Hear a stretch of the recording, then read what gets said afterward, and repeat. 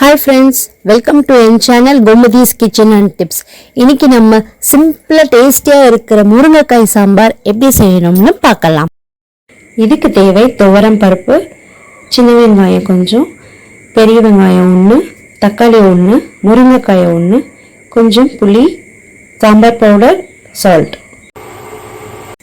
First துவரம் பருப்பை நல்லா வாஷ் பண்ணிட்டு குக்கர்ல குக் பண்ணுங்க.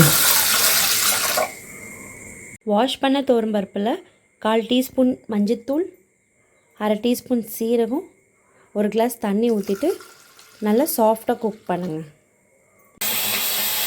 இது மாதிரி பருப்பு நல்லா மசிஞ்சிருந்தால் தான் சாம்பார் ஸ்மூத்தாக வரும்.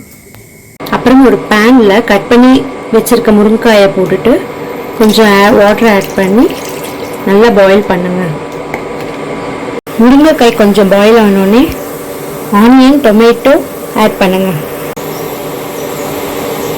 அப்புறம் புளி தண்ணி, சாம்பார் பவுடர், உப்பு ஆட் பண்ணுங்க. இது நல்லா பாயில் ஆகணும், அப்பதான் டேஸ்ட் வரும். குக் ஆன அப்புறம் மேஷ் டால் ஆட் பண்ணிட்டு நல்லா மிக்ஸ் பண்ணுங்க. நல்லா மிக்ஸ் பண்ணுங்க.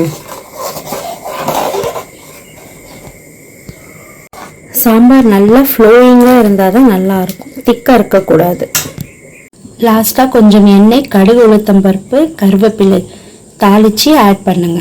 கொஞ்சம் கொத்தமல்லி, 1 ஸ்பூன் நெய் ஆட் பண்ணுங்க. இது சாம்பாருக்கு நல்ல அரோமா கொடுக்கும். சிம்பிளாக நல்ல டேஸ்டாக இருக்கிற முருங்கைக்காய் சாம்பார் ரெடி.